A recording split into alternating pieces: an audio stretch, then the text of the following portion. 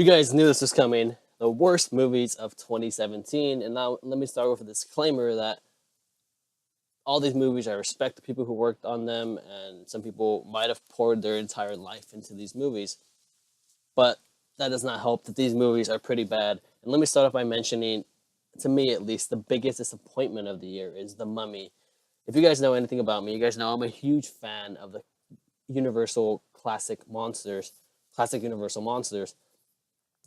And I was looking forward to this whole dark universe thing. They had a lot of good talent attached to it, and I thought, wow, this could actually be really good. And I'm really interested to see in how this goes. And by the way, Tom Cruise's scream is it's meme worthy, and it has been in a lot of memes already. But anyways, that was the biggest disappointment for me this year.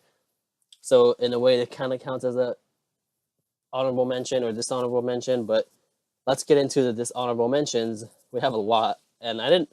And again, another disclaimer: I did not see every movie that came out this year. I don't have the time, but frankly, does anyone have the time to see every movie that came out this year? But the dishonorable mentions are The Bye Bye Man.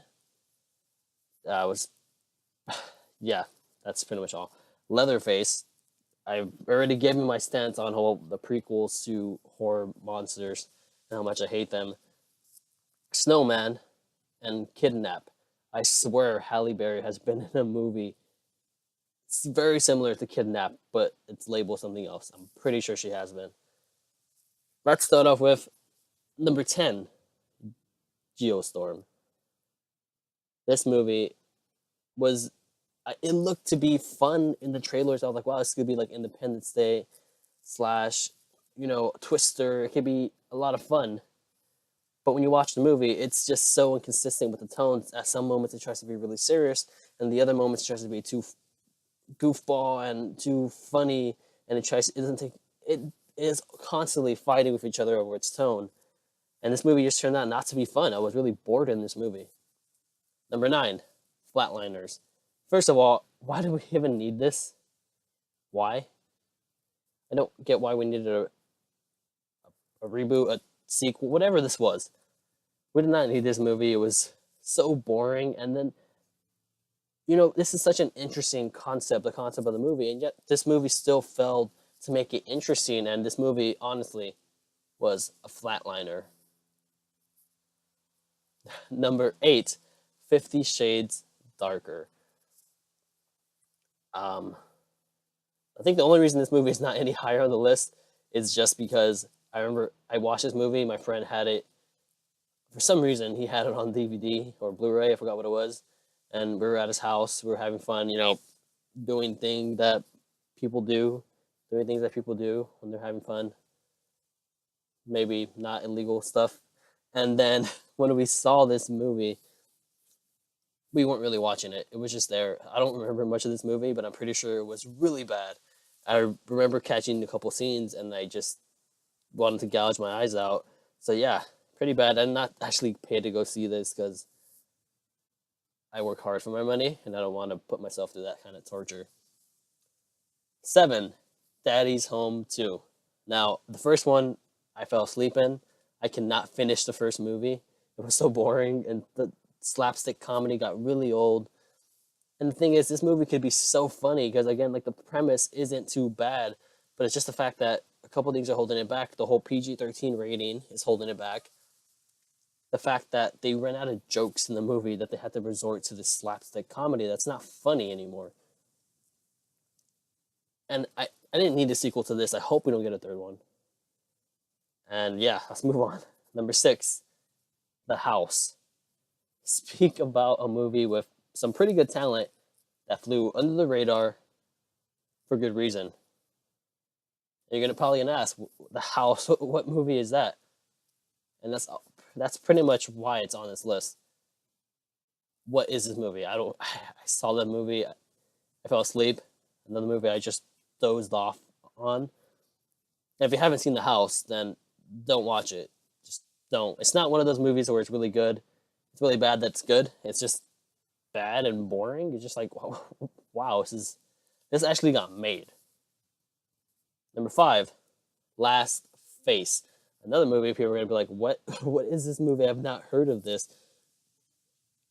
And again, like the other movies, this one is another one that I said, if you don't know the name of it, it's probably for good reason that you don't know.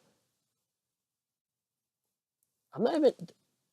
Did this movie come out this year? I'm not even sure if it came out. I'm not even sure if this movie came out this year. But either way, it was pretty bad. If not, then I messed up. Oh well. I don't really care. But I saw it in 2017, so I guess it kind of counts for me. And if not, suck it. If not, go type it in the comments. I know I'm going to hear from someone already. Number 4, The Book of Henry. Colin Trevorrow, I had a lot of trust in you to direct Star Wars Episode 9. And then I saw this. Snooze fest. This movie that made no sense. This movie that had no character development, no character arcs, this movie made no sense. So, first of all, I'm happy this movie showed us the true colors of Colin Trevorrow, and he's not directing Episode 9. And I'm happy that I don't ever have to see this movie again. Don't watch this movie. It's really boring. If you want to see what could have been a Star Wars Episode 9, watch this movie, and then you'll be thankful that J.J. Abrams is directing Episode 9. Number 3, now we get into the top shit of the year. Number 3, Transformers: The Last Knight. And first of all, I have to give a round of applause to The Last Knight, because this movie is not my number 1. For like the first time ever, the Transformers movie that came out this year is not the number 1 worst movie of the year. And that's because, okay, there's not much improvement with this movie. It's pretty much Michael Bay he hears all the complaints and what everyone is saying that's bad about the Transformers movies. But you know what? He doesn't give a shit. He does not give a shit because he knows that whatever he does, he's going to get a truckload of cash just dropped into his house, kind of like Duck, what's his name? Miss Scrooge, the duck. Yeah, the one with the coins. Yeah, him.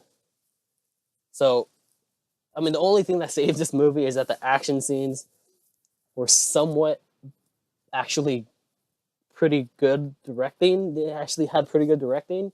A big complaint of the first couple of movies was that the action scenes, that could at least save this movie from being complete dog shit. You can actually see what's going on this time. But still, the story, the jokes, the humor, the other directing elements, the plot, is Optimus Prime bad or is he good? Is Bumblebee an idiot? Yeah, he is. I'm so happy this movie really did not perform too well, at least as much as the other ones did in the US, so maybe they'll stop making these, but I know they're going to make another one. I just know it. Number 2. Okay, with number 2 and number 1, I really struggled. I really did, because both of these movies were they were pretty bad. They were pretty bad.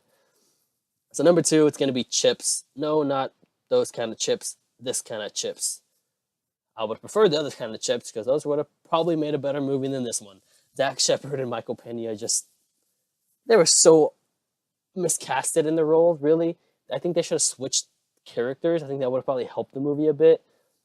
This movie is so boring. This movie is not funny. This movie is so forced in its dialogue and its chemistry and its execution. I like both of these actors, but this movie does not work. It's not funny. And I feel bad, this is Dax Shepard's, his first outing as directing, writing, and doing pretty much being the main creator of this movie, and it's so bad. It's so bad. You probably should have hired a better, or I don't even know if he had a better editor or whatever, but you gotta get something better than this. Chips is pretty bad. Do not actually watch this movie. Watch this movie so you can see why I put it so high on the list. This movie is horrible. It's horrible. And like I said, I would rather watch a bag of chips over watching this movie called Chips. And lastly, number 1, tiny drum roll from the guy on the tiny drum sets. You guys knew it was coming. You guys knew this shit was coming. The Emoji movie is the number 1. If you haven't seen my review for it, click on one of the corners of the video. It's going to be a little card that comes up. Watch my full review of the movie. I hate this movie so much. I hate this movie. I don't know how this got made. This is basically what happens when you get a bunch of old guys trying to make a movie about something that's popular in the youth, the millennials, and this is how they view it.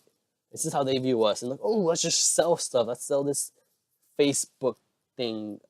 We don't know what it is. Let's sell all these apps. Let's let's portray the youth of this country like we think, like we see them as 50-year-old guys. This movie is pretty bad. This movie had no direction. You got Patrick Stewart in this to be a fucking poop emoji. He was literally shit in this movie. I hate this movie so much, guys. Just I cannot believe this thing actually got made. And I was one of the people who said, you know what, let's hold out our judgment until we see the actual movie. It could be a big surprise like the Lego movie.